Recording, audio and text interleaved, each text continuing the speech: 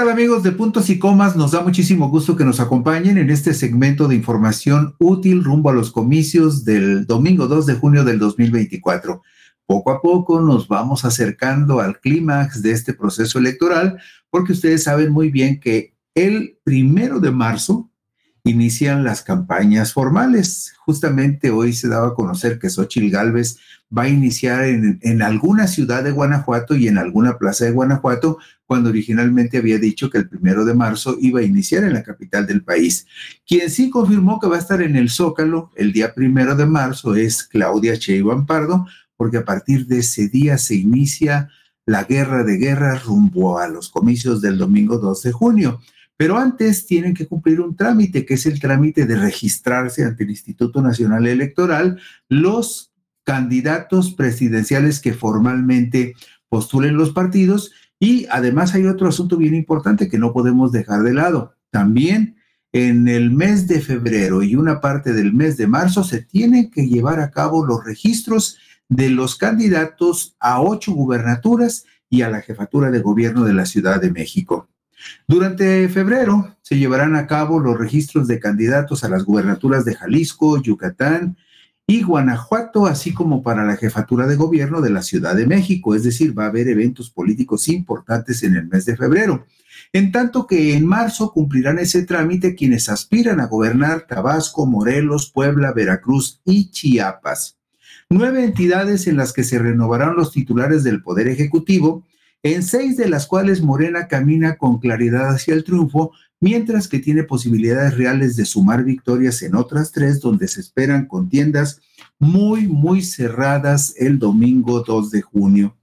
Todas las previsiones, lo que marcan todos los estudios demoscópicos que se han realizado hasta la fecha, todas las previsiones son que Morena podría ganar en la Ciudad de México, en Tabasco, en Morelos, en Puebla, en Veracruz y Chiapas, y que está en una buena posición para dar la sorpresa en los estados panistas de Guanajuato y Yucatán, así como para arrebatarle Jalisco al partido Movimiento Ciudadano. Este es el escenario global con respecto a las 8 gubernaturas y la jefatura de gobierno de la Ciudad de México.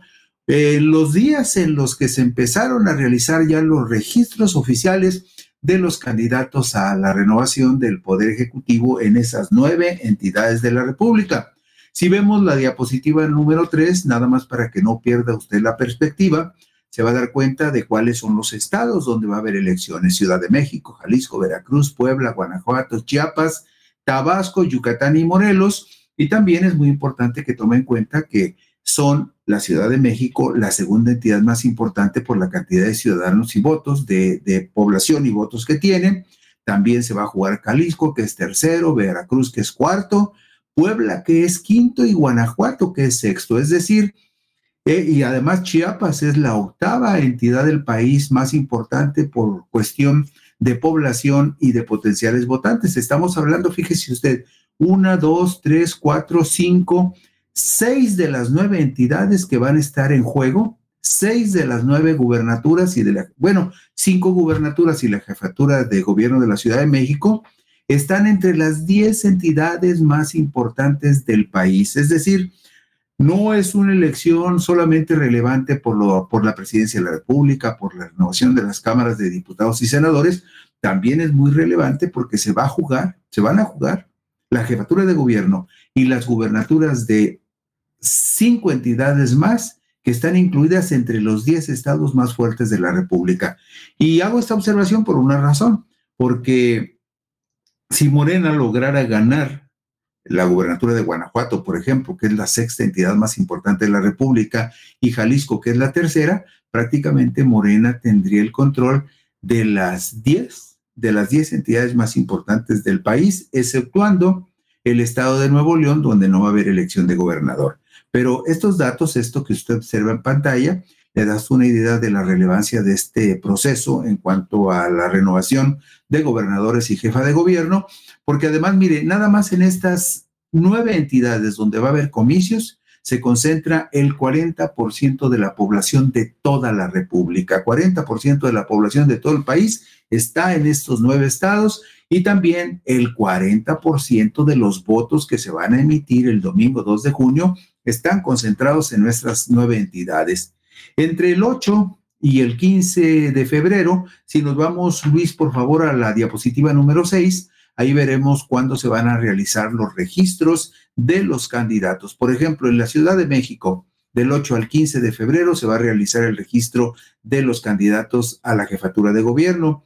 Del 5 al 11 de febrero serán los registros en Jalisco. Del 1 al 8 de febrero en Yucatán se registrarán los aspirantes a la gubernatura. Del 14 al 21 de febrero en Guanajuato.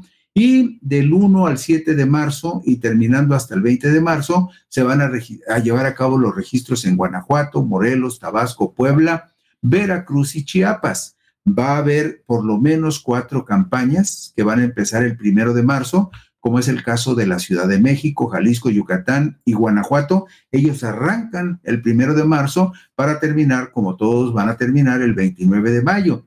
Pero en el caso, por ejemplo, del estado de Tabasco, la campaña electoral para la gubernatura de Tabasco va a empezar el 16 de marzo y terminará el 29 de mayo. Pero las restantes campañas, nos referimos en este caso a Morelos, a Puebla, Veracruz y Chiapas, ellos van a empezar la campaña por la gubernatura hasta el 31 de marzo y todos parejitos terminan el 29 de mayo, es decir, 3 días antes del día de la jornada electoral, terminan todas las campañas, incluyendo la campaña del presidente de la República, incluyendo las campañas de diputados federales, de diputados locales, de senadores de la República, de candidatos a alcaldes. Todo mundo termina las campañas el 29 de mayo, porque hay ese receso de 3 días previos a la jornada electoral. Según la autoridad, esto es para que la gente reflexione su voto, pero muchos votos ya están definidos desde mucho antes, pero esos son los tiempos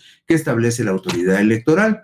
Y también un elemento que juega en favor de Morena y sus aliados en las 9 entidades que estarán en juego es que Morena ha trabajado con la militancia más que el resto de los partidos. Y esto lo podemos ver claramente en la diapositiva número 8, Luis. Ahí vemos con toda claridad cuál es la membresía que cada partido tiene en cada uno de estas 9 entidades de la República donde va a haber elecciones. Hay casos verdaderamente notables. Miren, si observan ustedes donde dice Tabasco y PAN, la fila que dice Tabasco y la columna que dice PAN, se va a dar usted cuenta que el PAN en Tabasco prácticamente no existe. Tiene apenas 603 militantes en Tabasco el Partido Acción Nacional. Y si revisamos los otros partidos, el PRI tiene 6,300, el PRD es el que más conserva con 35,710. Usted recuerde que antes de que llegara Adán Augusto a la gubernatura de Tabasco, gobernaba el PRD, pero el resto de los partidos tienen muy poco. Movimiento Ciudadano en Tabasco tiene 8,000 militantes, pero Morena tiene 51,000 y junto con el PT y con el Partido Verde, pues tiene una estructura muy fuerte. Eso va a ser muy importante en los comicios. Mire, por ejemplo, vean ustedes la fila de Jalisco y van a ver, por ejemplo, que el Partido Movimiento Ciudadano tiene 60,498 militantes registrados en Jalisco, pero vean que Morena tiene 58,273 militantes registrados, es decir, los dos partidos tienen una estructura partidista fuerte en el estado. Y Morena tiene además los militantes del PT, los 25,000 militantes del Partido Verde y la aportación que le hagan los partidos locales, Futuro y Hagamos. Entonces, toda esta combinación de elementos son los que permiten predecir que la contienda en Jalisco va a ser muy dura y que probablemente Morena y sus aliados tengan alguna posibilidad de quitarle el gobierno a Movimiento Ciudadano. Esto que están viendo es básicamente lo que es la estructura real, el trabajo real de los partidos políticos con la gente y con personas que aceptaron afiliarse formalmente a los partidos, y muestra la verdadera fuerza de organización y de presencia territorial que tienen los partidos. Por eso también cuando vemos, por ejemplo, el caso de Yucatán, vemos que el PAN tiene 10,735 militantes, pero Morena tiene en el estado de Yucatán 28,577 militantes registrados, 4,000 y fracción del PT y otros 9,000 del Partido Verde. Y además habría que sumar muchos priistas que llegaron con Ramírez Marín, el senador Ramírez Marín, que se salió del PRI y se fue al Partido Verde. Todas estas combinaciones tienen que ver básicamente con la estructura que le permite a los partidos mover a la gente tanto para promover el voto como para cuidar las casillas y como para invitar a la gente a acudir a las urnas el día de la elección. Del caso, digamos, hay ya algunas encuestas que muestran algunas tendencias claramente, por ejemplo, en el caso de la disputa por la jefatura de gobierno de la Ciudad de México, dos encuestas recientes publicadas por Encol y por Consulta Mitofsky le dan una cómoda ventaja a la candidata morenista Clara Brugada sobre el representante de la coalición Fuerza y Corazón por México, Santiago Tabuada.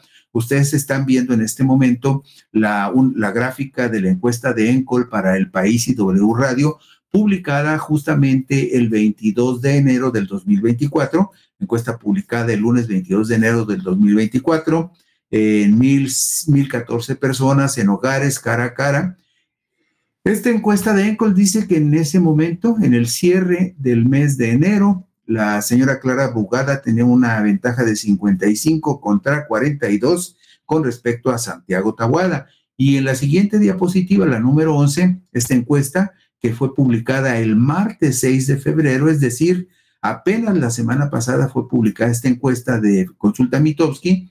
En la diapositiva 11, Luis, vemos que en esta encuesta de Consulta Mitofsky, la ventaja de Clara Brugada es de 50.8% contra 35.9%. Estas dos encuestas en la Ciudad de México, pero nos podemos ir a dos encuestas del estado de Jalisco que muestran cómo está el panorama en esa entidad. En la diapositiva número 13 vemos una encuesta que publicó el periódico Mural en Guadalajara, un periódico del Grupo Reforma, en donde le da a Pablo Lemos, el candidato de MC, ahí donde gobierna Enrique Alfaro, de Movimiento Ciudadano, le da a Pablo Lemos 50% contra 42% de Claudia Delgadillo del partido Morena. 8 puntos de diferencia cuando están por empezar las campañas el 1 de marzo. Estamos hablando marzo, abril y mayo, 3 meses todavía de fragor en campaña, con una ventaja de 8 puntos que le atribuye la encuesta de Mural a Pablo Lemos.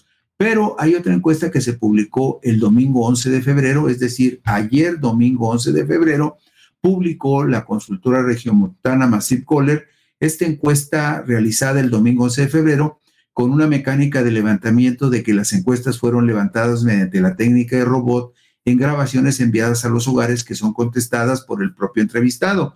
Bueno, estas encuestas tienen una metodología diferente. Para muchos expertos o puristas en lo tradicional consideran que tiene riesgos o sesgos y probablemente sí ocurra en razón de que no se puede controlar totalmente la muestra de las personas que contestan estas encuestas. Pero nada más como un dato de referencia se lo ofrecemos con esas reservas. Esta encuesta de Massive Caller, realizada apenas el pasado domingo, dice que Claudia Delgadillo de Morena, PT, Partido Verde, Hagamos y Futuro tendría en Jalisco el 38.2% contra el 34.6% de Pablo Lemos, unos datos contrastantes con el 50% de Pablo Lemos y el 42% de Claudia, que atribuye la encuesta del periódico Mural publicada la semana pasada, publicada el martes 6 de febrero del 2024, la de Massive Caller del 11 de febrero, domingo 11 de febrero, dice que Claudia ganaría con un margen de diferencia de 4 puntos, a Pablo Lemos la encuesta de Mural le da 8 puntos de ventaja. Pero todavía esto no puede ser definitivo en ninguno de los dos casos por algo muy simple, porque faltan 3 meses de intensa campaña en Jalisco. Y nos vamos a Guanajuato también. En Guanajuato hay una encuesta que sorprende, publicada el jueves 25 de enero de 2024, la publica Mendoza Blanco y Asociados, la diapositiva 16, Luis, Mendoza Blanco y Asociados, que sorprendentemente, porque usted sabe que en Guanajuato el PAN tiene 33 años gobernando, bueno, va a cumplir 33 años en el gobierno, a fines por ahí por el mes de noviembre, va a cumplir el PAN 33 años en el gobierno de Guanajuato. Y lo sorprendente de esta encuesta de Mendoza Blanco y Asociados, publicada el jueves 25 de enero, es que le atribuye un 49% a la candidata de la Alianza de Morena, Alma Alcaraz Hernández, contra un 45% de Livia Denise García Muñoz Ledo, en una encuesta que asegura Mendoza Blanco y Asociados que se hizo en 1,000 casos en Guanajuato, en un levantamiento cara a cara de una muestra aplicada en viviendas. Y usted sabe que las encuestas en viviendas son mucho más certeras que las que se hacen telefónicamente o mediante la técnica de robot como le hace Massive Caller. Pero ahí se la dejamos. De acuerdo con Mendoza Blanco y Asociados, en el cierre de enero habían llegado empatados la coalición de Morena y la coalición del PAN, empatados en el estado de Guanajuato. Y luego nos vamos a Puebla, porque justamente este 7 de febrero de 2024, es decir, la semana pasada, el 7 de febrero de 2024, en el caso de Puebla, ENCOL, la diapositiva 18, Luis, ENCOL le atribuye a Alejandro Armenta una preferencia de 59% en preferencia efectiva sobre un 40% de Eduardo Rivera, el precandidato de PAN-PRI-PRD. También una ventaja muy clara le atribuye ENCOL en Puebla a la coalición de Morena.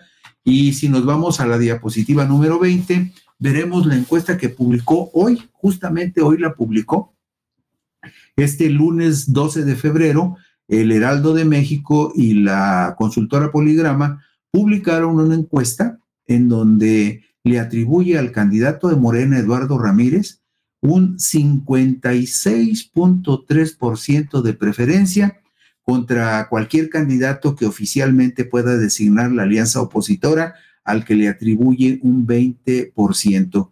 O sea, la coalición PAN-PRI-PRD tendría en Chiapas un 20%, y en este momento la coalición de Morena andaría en 56.3% en el momento de los registros de candidatos a la gubernatura.